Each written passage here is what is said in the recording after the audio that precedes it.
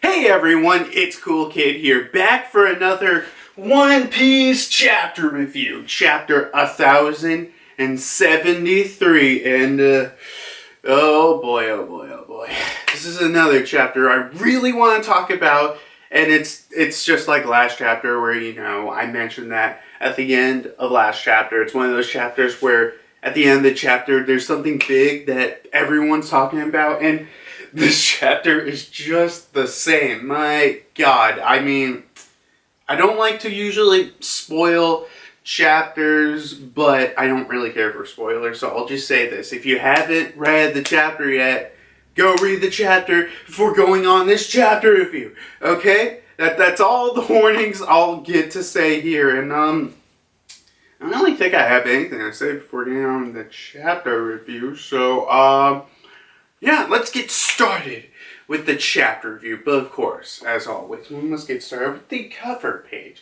With here continuing on the Germa 66 cover page story, volume 29. God, this is not even close to being about the Germa anymore. Crazy to think about this, but yeah, the cover of this page, Germa 66, volume 29, awarded the I-Bell, the E-Bell, I don't know how I'm supposed to say it, but yeah, awarded the I-Bell Peace Prize for developing the GP flower, a flower that blooms within gunpowder. So, yeah, basically in the cover page, we just got Vegapunk kind of looking a little bit menacing there. So happy that he won his award of gunpowder flower, where just two tanks are just shooting at each other, and it's just, instead of, explosion and gunpowder, it's flowers. Which, honestly, thinking about it, that sounds like something cool, invention that, I don't know, would be very cool at, like, parades and stuff. Yeah. I can totally see that. But yeah, Vegapunk winning the I-Bell Peace Prize, I guess, it's pretty much their world equivalent of the Nobel Peace Prize. I don't know why it's called the I or the E-Bell, but hey, whatever. I also do like in this cover page, meanwhile, we got Queen, Judge, and Caesar all reacting to this like, oh, what? You wanted to make a weapon for peace? Ugh. So, yeah, I don't know. It still strengthens my theory that, Vegapunk was the really only one part of Mads that actually wanted to make weapons for peace. Meanwhile, everyone's like, yeah, let me do our mad evil scientist shit. So, yeah, I don't know. It's just kind of weird to think about. Plus, yeah, gunpowder that blooms into flowers. I don't know, to me, that really does sound like something that will be really shown off at a parade. I don't know if it's something worth a Nobel Peace Prize, but hey, wasn't Dynamite, like, awarded Nobel Peace Prize when it first came out or something? I don't know. I don't know enough about that stuff to say or not. But yeah, a nice, fun, story, I guess, or not story, a fun, nice little cover page that we got there. I really don't got anything else to say about that, so let's move on to the actual chapter itself. So the chapter continues off from last time with Stussy knocking out Kaku, and then we got Lucci continuing like, man, this is a hard pill to swallow, and immediately go after the kill for Stussy, but unfortunately Stutsy's able to dodge this attack with, I don't know, some kind of after image sort of deal with paper art's heartbreak after image. And she's like, so what you don't understand, your first instinct is to go for the kill? And she's able to dodge that attack out of the way. And then she pulls out her lipstick, which I should mention, her lipstick is made from sea stone, or like it's sea stone infused and everything. And wait a minute, she puts on her lips. So does that mean she's devil fruit user or that. You know what? I'll talk about that later.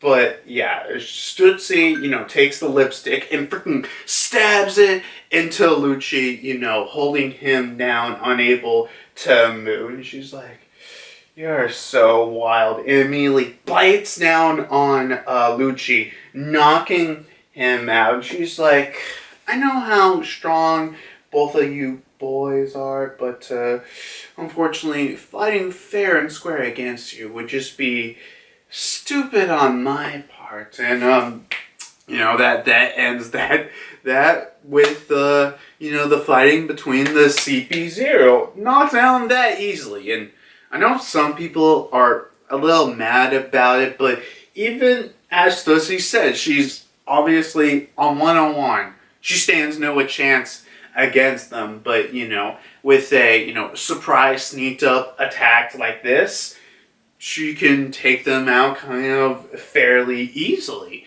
So I think that's at least a fair point to that. And then we got, also I should probably mention Lucci's bird companion. Was it Koku or God, what was his name? Hattori, yeah. Hattori, and I totally did not just look that up. Sorry, I totally remember it on my own. Yeah, totally. But yeah, back to the chapter itself with both Lucci and Kaku both knocked down, and we got Brooke being like, "Wait a minute, what the heck is going on? Wait a minute, why are the CP0 agents fighting against each other?" And so I was like, "So I guess it's just friendly fire, huh?" So I guess Zoro doesn't think of a big deal with that. So I don't know. I guess he thinks Tsutsu's on their side, at least for now, I guess. And Tsutsi takes out the Denden Mushin and is like, "This is Stussy. I put them both to sleep." And then we got, let's see, Patheragus, I think. He's like, "Oh yeah, that's fantastic news. Stussy finally came along." And we got York, who is currently, I think, knocked out. And Patheragus is like, "Don't worry about it, York. Come on, just pull through." And we got Usopp being like, "Okay, what the heck is going on here?" And now he's like, "Wait a minute. Did you just rob Lucci's being right now?" And then we got Shaka being like, "No doubt he was taken by surprise. Her loyalty was a secret to me and her loyalty to me was kept a secret even after 20 years she spent as one of their agents." And they're like, "Wait a minute. You had a mole in the intelligence branch in CP0? And he's like, "Well, that wasn't our intention, but that just seems how it turned out." Which, okay, that is a very interesting point. I don't know. I think the way he says it, that's not our intention. So, I don't know. I mean, it just seems like he didn't mean to plant her in, in this business. But hey, there's a number of things we could talk about with that. But yeah, we got Stussy continuing like, "Well, unfortunately, Doctor, my authority level is the same as Lucci, so I can't override this order and stop the Seraphims." Which, okay. No, I'll talk about this in a minute. But, yeah, they continue to be like, "Okay, you've done well plenty, Stussy. We're on our way." So, okay, I'll just talk about this here. It's kind of weird to think that, when designing the Seraphims, like, last chapter, I did mention, it's kind of weird they didn't install anything, like, to stop them from destroying the lab or something. But, like, this whole thing, you can't override the order, even if you're at the same level, have the authority chip. I don't know, it just seems kind of weird like that. I really don't know what the hell Vegapunk was up with designing with the, the Seraphims or whatever. But, yeah, we got Sanji and Zoro being like, not Sanji, Zoro and Brooke being like, "Okay, we need to stop those runs before they flatten the others." "Yeah, that's right. Or is it just me, or do these kids look kind of familiar?" "Yeah, especially that one. And I think he's pointing out the Jinbei one, the Shark Seraphim. At least that's what I think he's pointing to be, but I don't know. But yeah, then suddenly we go with Lilith, who finally gets to the outside, or, well, more specifically, since the Seraphims already blown a bunch of holes into the lab, there is an opening on the top, so she just gets out through there, and she's like, they won't stop blowing holes in this lab. I thought we can use one of those extra X's to get out here faster, and now since I'm out of here, hey, Sarah, and before she can finish her sentence, immediately the Mihawk one just goes for the kill, which also, you would think that Vegapunk would install something from them, you know, stopping the Seraphims to, you know, not attack any of the Vegapunks or the Vegapunk Stella bodies. I mean, you just think Vegapunk would install that, but I just don't have no clue what's going on with that. But yeah, Zoro immediately goes on the defense to block the attack from the, you know, Mihawk Seraphim. And Zoro's like, you know, on a closer inspection, you're not the same. You actually have a spark of humanity. And we actually do see, I don't know, you see like a close-up of this Mihawk Seraphim with the, I guess, kind of like sweat eyes coming down and looking a little worrisome. So, you know, they do have a shred of humanity, but just enough. He's like, so who the hell are you? And then we got Edison finally coming out, and he's like, don't worry, guys. Listen to me. Seraphim, quit it. And then, while he's saying that, the Jinbei one just shoots out in a freaking laser about to hit, what's his name? I just said it. Edison, the Edison Vegapunk.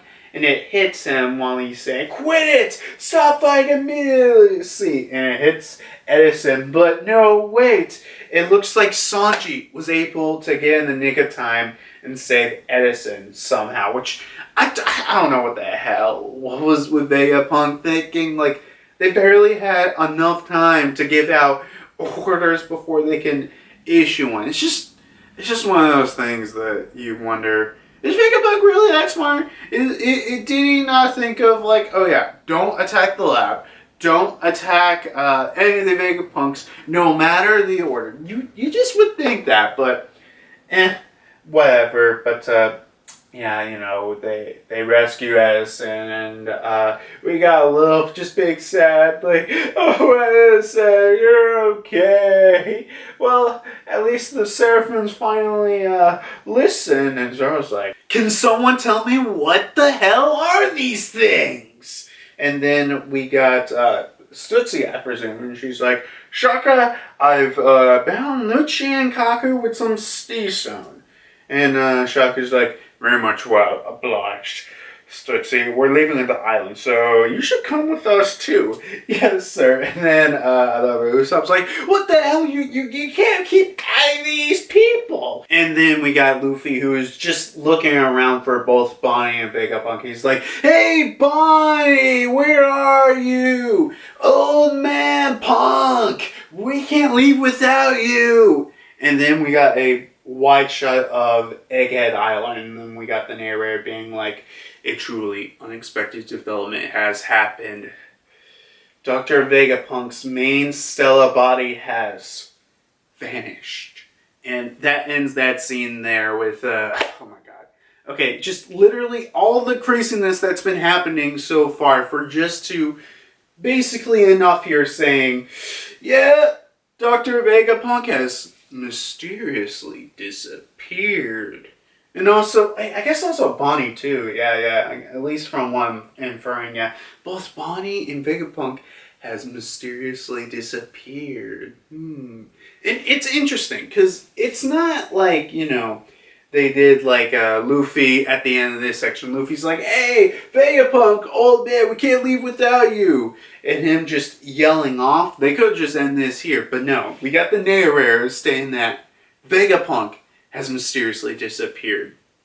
It's just very interesting, and especially wondering what the heck happened with Bonnie and Vegapunk. Maybe after Bonnie saw the memories, Bonnie took Vegapunk off the island, or maybe, I don't know, they could have got teleported to another world or something, or whatever. I'm just trying to think of things right now. I'm sure I'll talk about this more later on, and actually, when thinking about it right now, like, I could easily see this being the final chapter of the Egghead Island arc. I mean, we could literally see up next chapter with everyone, on the Straw Hat ship just sailing off somewhere, which, actually, thinking about it right now, because we got, just trying to think about this. Okay, we got all the Straw Hats, and then we got all six, the six Stella satellite bodies, minus Vega, the main Vegapunk body. So we got the six.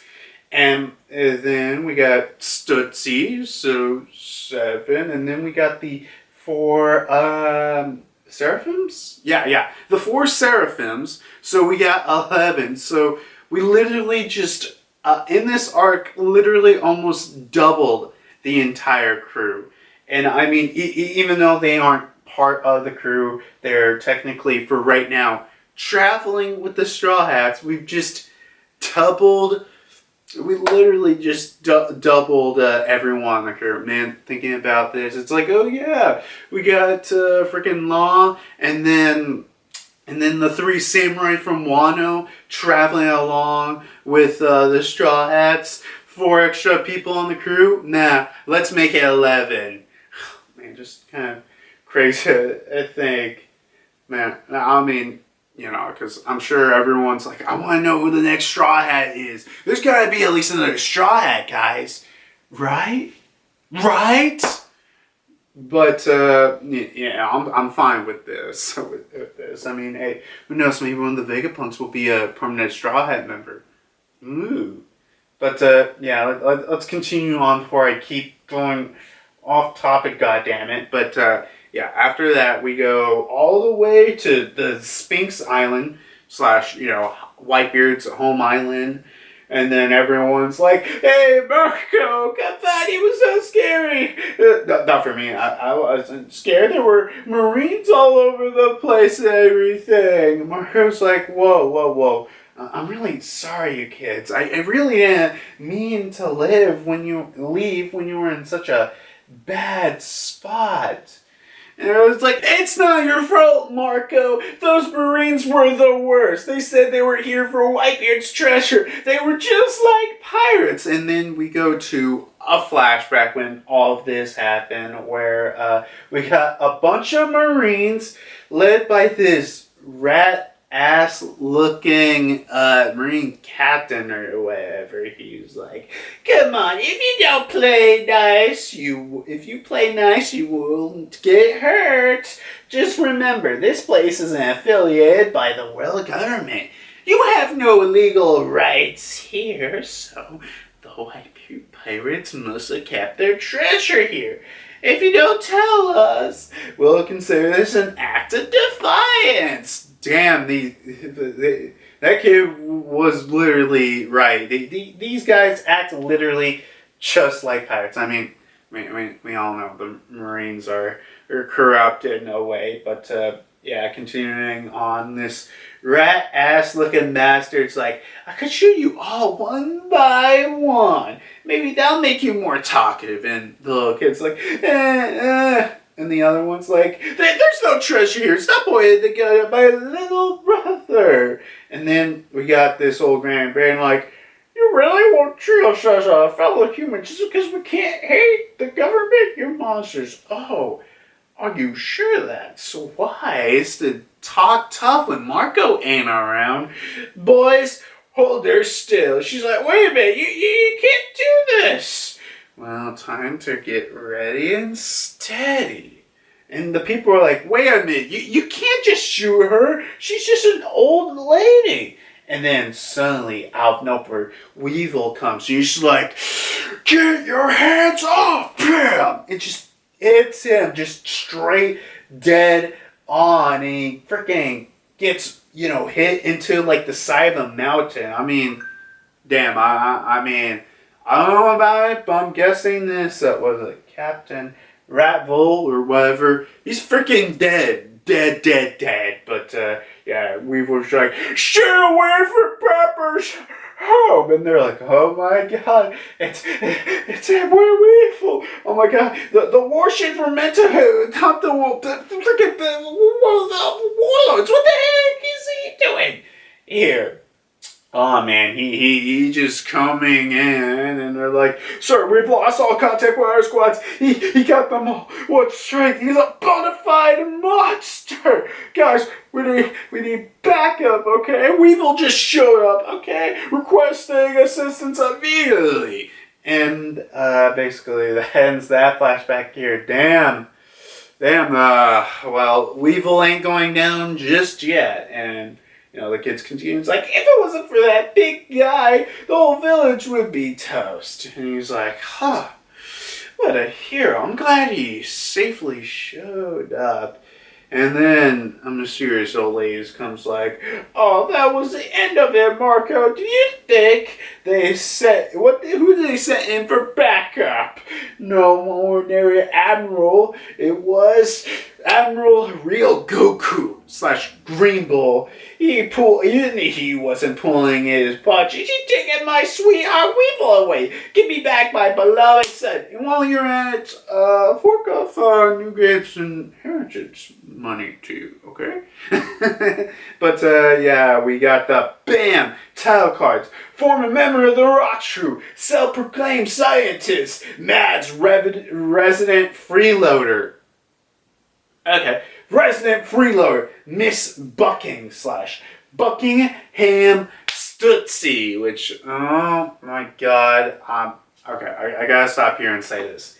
I did not expect them to, actually reveal this, because I know this was a big theory, and I was totally on board with it, but I was like, okay, they're probably going to wait a while until they actually reveal that, Weevil's mama was actually Buckingham Stussy, but, no, they're just straight out putting it right here.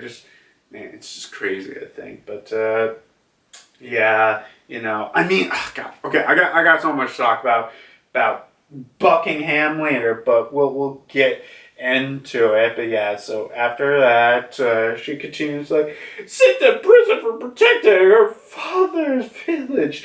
Don't you think that's tragic? Do you think our boy has a noble soul? And Marco's like, well, I do at least appreciate that you were protecting this place while I was gone, at least. And then she's like, oh, Marco, I can still hear your tone. You don't really think he's Whitebeard's son. But I know who can prove it. Dr. Vegapunk. And there they ends the chat. Oh, no, wait. We still got a page left. Hold your horses. So on the last page, the actual last page of the chapter, we got a bunch of Marine and world government ships, and we go to, I guess it's some random Marines are like, we prepared the snacks and tea for our guest. And they are snacks and tea. She's like, so you remember taste for poison. Of course, I'll take it to him. Yes, sir.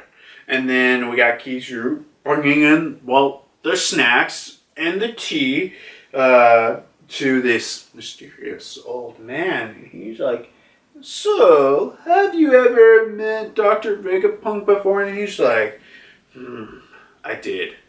Once so long ago.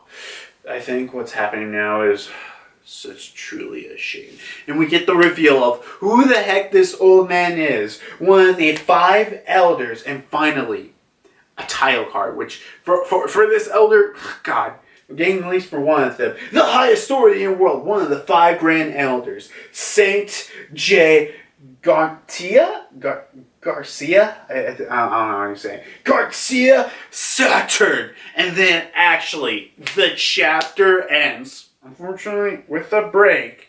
But thus ends this chapter. Oh my god, this is something I really want to talk about in like a minute, but I'll get to that when I get to that. So I guess let's start with the chapter, discussion or whatever. With usually I like to go backwards and then forwards, but for the discussion, the whole thing with Stussy, I already talked about that enough with people being kind of mad that she was so easily to knock out both Lucci and Kaku, but I'm perfectly fine with it. As she said, she's not dumb enough to take both of them head on, so makes perfect sense to take out the quick and fast way. Also, I guess I didn't discuss about this, but the whole sea stone lipstick, like infused or whatever, we see her putting it on her lips, so it begs the question. One, is her powers devil fruit based? I don't know. I'm just getting the feeling that they actually might not be. We could find out that later that actually the actual, Buckingham, the actual Stussy does have a devil fruit, and maybe this is Vegapunk's imitation of that, but he couldn't get everything, down 100%. It just, God, there's just so much I just really want to think about. So I don't know. A part of me is thinking maybe she doesn't have devil fruit powers, but maybe she has some kind of faux devil fruit abilities where it's like one, but it isn't. I mean, hey, who knows? Maybe she could have the vampire devil fruit or a succubus one. Well, I'll just say this. I don't think it's the vampire devil fruit. I think it's going to be something like, Paris Barrow's devil fruit, where, if you guys don't remember, I think it was in one of the One Piece movies, the candy fruit was already given to goddamn cars. I don't think you can hear it anymore. So back to what I was saying. So in case if you don't know about this, about Paris Barrow's devil fruit, in I think one of the One Piece movies, there was already the candy fruit that was used. So for Paris fruit, they actually had to change it to a different name, but it was basically, the candy fruit. Not from that movie, but in concept. So they had to, change it around. So, I could definitely, because I do remember, I think it's in One Piece Unlimited Red World game. There was I think the main villain for that game had literally the vampire mythical devil fruit. So they might actually, we might find out that Stussy, the real Stussy, or even this fake Stussy, has the devil fruit, the vampire devil fruit, but in kind of a changed name sort of way. So I could definitely see that happening, but it could be the Lilith, or the succubus, or a number of things. But, we could just, I think we'll find out that eventually at some point when it comes to Stussy, and, with her essentially kind of joining the crew momentarily. I'm sure we'll see more action when it comes to her, unfortunately, and with, I guess, all of the rest of the Vegapunks, and I already talked about enough that how Vegapunk, you're kind of stupid for not, installing any safe fails, like one of its directives they cannot, do, you cannot attack Vegapunk or any of the bodies, you cannot destroy the lab, you would think they would install things like that, but, who, stay up, you know what? Bye, boy. Bye, /Flareon, whatever. But yeah, you would think they get at that. And also, they don't really give them enough time to say their, orders and everything. Damn. Yeah. Wait a minute.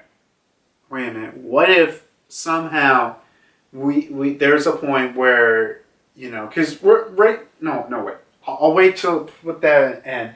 Okay, I just had a crazy theory and thought, but I'll get that when I'm talking about the stuff at the end. And then what could the hell happen to Vegapunk and Bonnie? Okay. For that stuff, I think what probably happened is, because I feel like it like that with the whole memory bubble thing, it's kind of like the whole same deal with, the pain thing where, the pain's literally instantaneously. So, like, within an instant of Bonnie putting her hand in the bubble or something, she learns all of this memory. I'm sure we're eventually going to find out. We're going to get a Akuma flashback, even if it's not to a super big extent. Like, it's like we're going into whole chapters based on just this flashback alone, or even if we're just getting little bits of pieces throughout the next couple of chapters. Who will say? But yeah, after, that whole scene with Bonnie knowing the truth and everything, I could see Vegapunk being like, since you finally know the truth, yes, I'll finally leave and go without you, without telling anyone? Kind of mysterious, but okay. I mean, it could be that. I mean, I don't know what else could it be. I mean, the bubble, maybe the bubble is literally within it the world of Kuma's memories. I don't think so, but I'm just trying to think of any other thoughts, and I really can't think of any other way. Unless if, like, there was an unexpected fourth CP0 agent who was kind of sneaky and, got them both. But I doubt it. I'm just trying to think about this and, kind of weigh what could happen. At least that's all that I'm thinking about. And it's still kind of crazy that we meet all this Vegapunk and we're getting ready to be like, okay, Vegapunk's going to be on our crew for a while just to... not happen, apparently. We'll get, like, 6 of them, but just not the real one.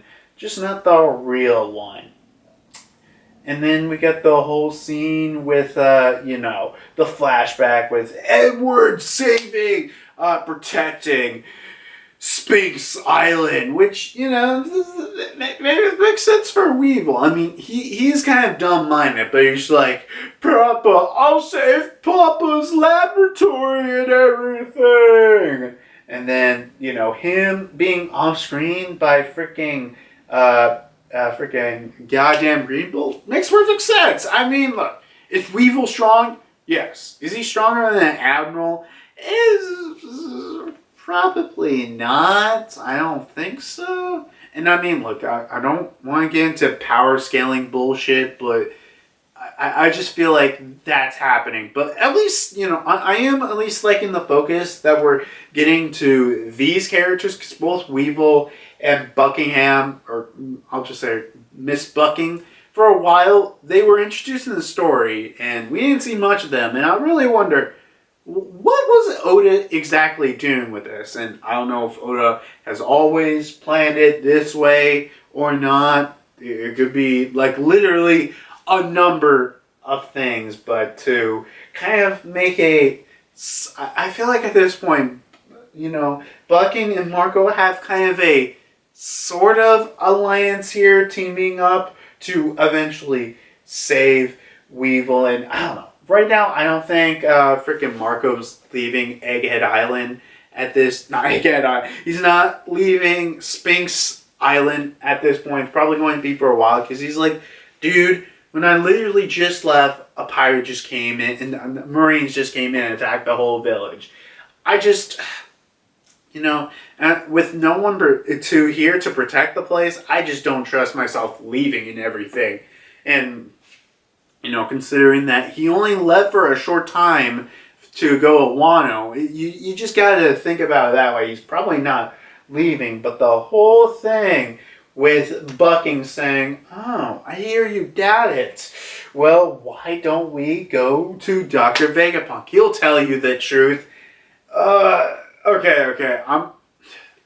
I can see two ways of what this is happening here. One, we actually find that, Miss Bucking is actually the actual mama, and Weevil's actually Whitebeard's son. Or not, or he could not be Buckingham could not really be his mom, but he still is Whitebeard's son. Could be that, or, you know, I think what's probably going to be going with, since we're talking about Vegapunk, that Weevil is a clone. Not an exact clone. And I mean, it's pretty obvious that if you look at him, like, yeah, Whitebeard definitely did not look like that even when he was younger and everything. So it could be, well, I wouldn't say, like, maybe Weevil is a incomplete clone or a failed clone or something. You know, I don't know. Maybe it'll be something like that. I don't know. I'm just feeling like that's where it's going with the story, especially with the talk of, you know, a certain character that is already cloned. Stutsy's a clone.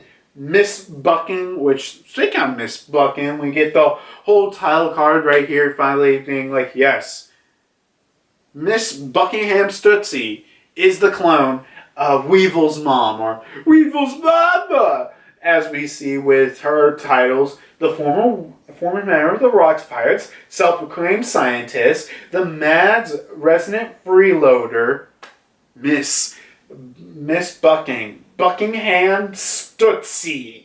Which, first of all, I mean, I don't know. One, people were making big theories way for a long time, like ever since the introduction or the mention of the Rocks crew, that she probably was a Rocks member. Makes sense. I think there's there's plenty of good reason that she would be part of Rocks and everything. And then we got the whole self-proclaimed scientist. I don't know. I feel like that whole thing, like, I don't know why I think of that. I feel like that might be because that she isn't really a scientist. They say self-proclaimed, so I don't know. Maybe she was the quote-unquote science person on this crew. I mean, I'm having a feeling that she really wasn't a scientist in any kind of way, or even a doctor, but she knew the most, which, you know, compared to Kaido and Whitebeard and Big Mom, isn't really a lot. So, you know, that's not really much to compete and everything. And also, she might self-proclaim that because she's with Dr. Vegapunk. She'd be like, oh yeah, I work for Dr. Vegapunk. I am a so-called scientist. Yeah. But, Mad's resident freeloader, I mean, maybe they just let her live. It's like, okay, look, we're doing some cloning experiments. If you could just live here for free, as long as, you know, we could use some of your DNA to possibly make a clone and everything. So, yeah, man, she has just connections to Rocks, but Mad's, like, in an actual deep way. Man, thank God we're getting some more connections with her. Man, freaking Miss Buckin. Damn. I'm really thankful that we're moving forward the story with her, you know, even with or without Marco heading towards Vegapunk, which, I mean, I feel like by the time they reach Egghead, they'll be like, where the hell is everybody? Or, wait a minute. You know, that whole idea about, you know, Vegapunk and Bonnie, if, like, they touch the bulb and they go in Kuma's, like, memories inside the world, and it's like a couple of weeks later when they finally get out, and then, you know, we got Bucking, and then maybe or maybe not Marco coming along to talk about this stuff, and then that's where they reach there. Ooh, that'd be interesting. Yeah, her meeting. Oh God, that just makes me think of that so much, dude. I'm just really excited whatever they do. And also with the whole scene with one finally getting the reveal of one of the names of the 5 elders, Saint J. Garcia Saturn, which, you know, okay. I think I have a clue why they named him. Well, specifically, I'll just ignore the middle name for right now. J. Saturn is, well, I know at least for the Saturn part, that's probably because of, well, if you guys don't know, Saturn is one of the names of one of the gods. I don't remember which, because I don't remember which parallel of the Greek god he's supposed to be, but I'll look this probably up real quick. But yeah, Saturn, one of the Roman gods. Actually, ooh, that could be interesting. Maybe what if all of the what's the word I'm looking for? All the five elders, they're actually named after, well, the Roman gods. I mean, that would be an interesting way to take it, but it could be very interesting, and I feel like it's reasonably realistic the way they're going, because the five elders, they view themselves as gods, or maybe each of them could be named after like a different god from different mythologies. Like, I don't know, one of them is named Odin, another one's named like I don't know, like a Hindu god or something. But that's just like my point. I'm just trying to throw out there. They might be all named after different gods.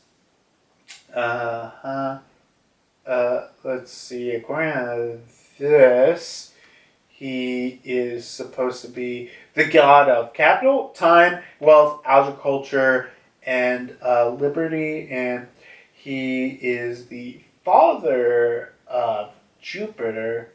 So I guess he's maybe supposed to be the chrono parallel or not. I mean, I know the Roman gods are kind of different than from the Greek gods, but they have a lot of bases from that and everything. But yeah, Saturn, anything, I just wanted to look that up. But off the top of my head, I actually do know Saturn. If you don't know, Saturnalia is actually Christmas and everything. It's actually based off of a holiday, Saturnalia, where for the winter solstice, and they would celebrate Saturn and everything. Actually, way back, dude, I think I did actually discuss a little bit about that, so I could actually put it in the time card right there for I think it was episode 2 of my Yu-Gi-Oh!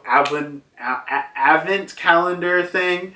And then I actually did, for the second one, I actually did talk a little bit about Saturnalia and everything. So I can link it to there. But that's at least all I know off the top of my head about the connections of, freaking St. J. Saturn's name, at least.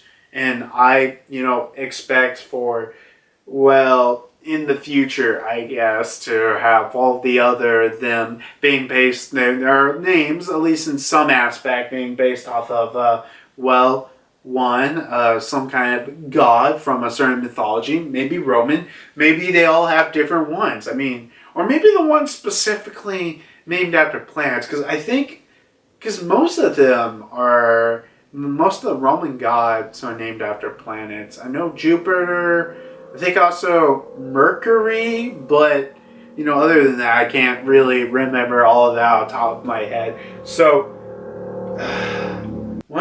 with that over again, I hope, back to what I was saying, the only ones that I remember that are, based off of planets are from gods. There's Mercury, Jupiter, and then, Saturn. As we see here, I mean, maybe they could be all just based off of planets, and this is just a small coincidence and everything. But either way, I think we're finally getting one of the names of the five elders. And interesting thing, we see him for the first time just sailing around, and it's pretty obvious. They're just sailing around, possibly to intercept Vegapunk and everything. So it's just, God, it makes you think. Just think about, okay, the situation's serious enough for, one of the five elders to possibly be, I guess, his first time, leaving, the top of Marijwa. It's just crazy. And I think it shows you, most definitely, that we are in the final arc. things are moving along very fast. A lot of moving pieces, and this chapter shows another one of these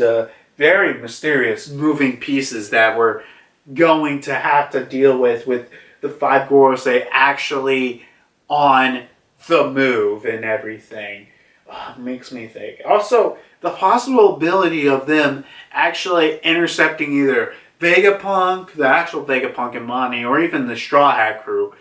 Oh god, it just makes me think about that so much. Oh my god. And I guess that's really it for right now. Just, dude, all the future possibilities are just endless. Just endless, you know, just to kind of think about. And I guess that's really it for the chapter review. I could talk about, you know, theories and discussion, but man, there's just a lot to think about, and I really don't know how this story is moving forward. And I've said just earlier that this could easily be the final chapter of Egghead Island. Next chapter, literally, we can go to the Straw Hats just sailing out of Egghead Island, or maybe we'll have a chapter of them being like, oh, well, we can't find Vegapunk. Well, I guess we just gotta move on ahead. And it's not. It's like and also the satellite bodies can just, you know, freely move around. They're not tied down to Vegapunk or any way, or at least that's how it seems to me, at least. And also the same thing with Stussy. Also makes me... Oh shit, I never talked about the whole thing where they said Stussy was, you know, she has her own autonomy and... Not own autonomy, I mean, let me pull up the line. Give me a minute. Gotta go up a little bit. Yeah, right here the line. He's like, no doubt, take it by surprise. Her loyalty was kept secret to even after she spent 20 years as one of their agents who had mown the branch. It was an hour at a time, but that's how it turns out to be. So maybe well, it seems like he let her go free, and you know, I feel like Stussy has her own autonomy and everything. She's not bogged down by orders like the Seraphims. They had to follow orders no matter what. Stussy, if she really wanted to, she could just say, well, bye Vegapunk, I'm just going to fuck off. Stussy can probably literally do that, so, you know, it is very, very interesting, you know, as we see here, but yeah. Stussy double crossing. I don't know. I still think a part of me still thinks she might triple cross, like, or quadruple cross. Who knows with that kind of stuff? But yeah, you know, just a very interesting that she has her own autonomy, just like the rest of the Vegapunks. So yeah, I guess that's really it. Just excited to see whatever the heck happens in the next chapter. If we just start with the new arc, or the shots being like, well, I guess it's time for a good time to leave as well. I mean, we still got like the random ass riffraff, you know, CP, I guess CP agents, you know, down on the main level. But who cares about them? We can wipe out those fools very easily, especially with the Seraphims. Do you think they're going to try to attack them? Hell no! Damn, boy, damn! But, yeah, I guess that's really it. You know, the typical like, comment, subscribe, that's if you want to. You know, usually streaming every Saturday, doing, you know, my Pokemon Pokemon Scarlet Nuzlocke. You know, things are slowly happening there. You know, we'll eventually get through the game and everything. So, you know, nothing to worry about with that.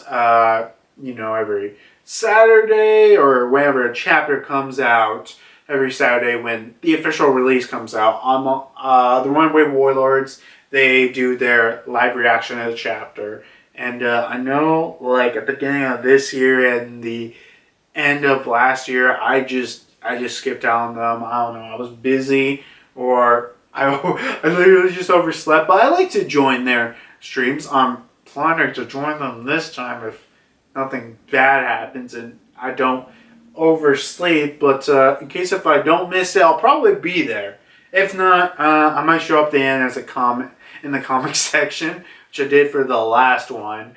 But yeah, I guess that's really it. Like, comment, subscribe, and well, I guess I'll see you guys next time when well, with everything moving so seriously and one of the 5 Elders showing up and one of the main Vegapunk gone, we'll just see what the heck is the Straw Hat's next move.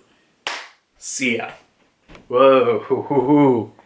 Damn, I had that off pretty good.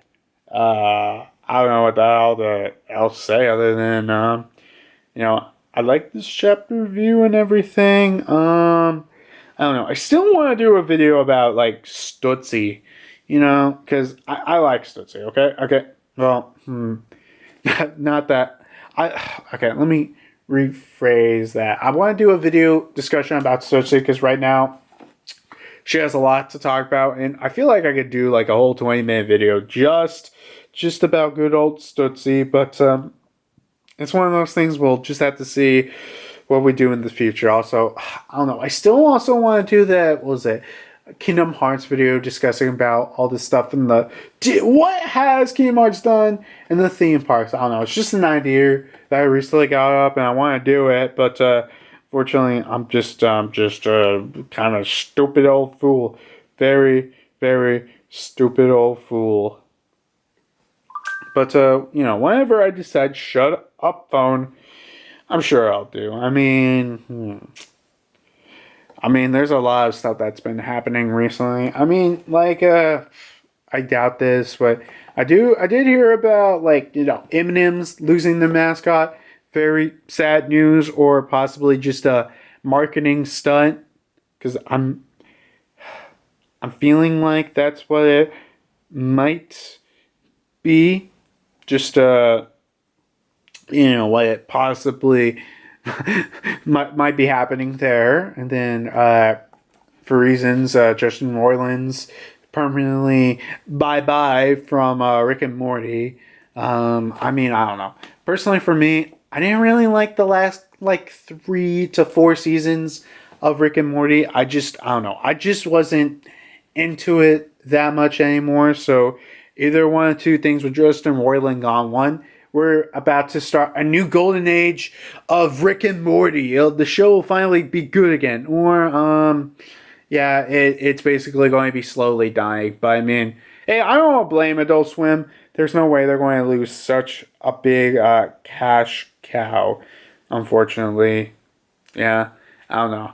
I don't really like to talk about shit like this, but, I don't know. I'm just not that kind of guy because I don't like talking. I don't want to be like a news reporting channel being like, hey guys, look at all this terrible shit that's happening. Controversy. We gotta bring up the controversy. But, hey man, it's whatever. It's whatever. I guess that's it for the video. Bye. Whatever. See you later.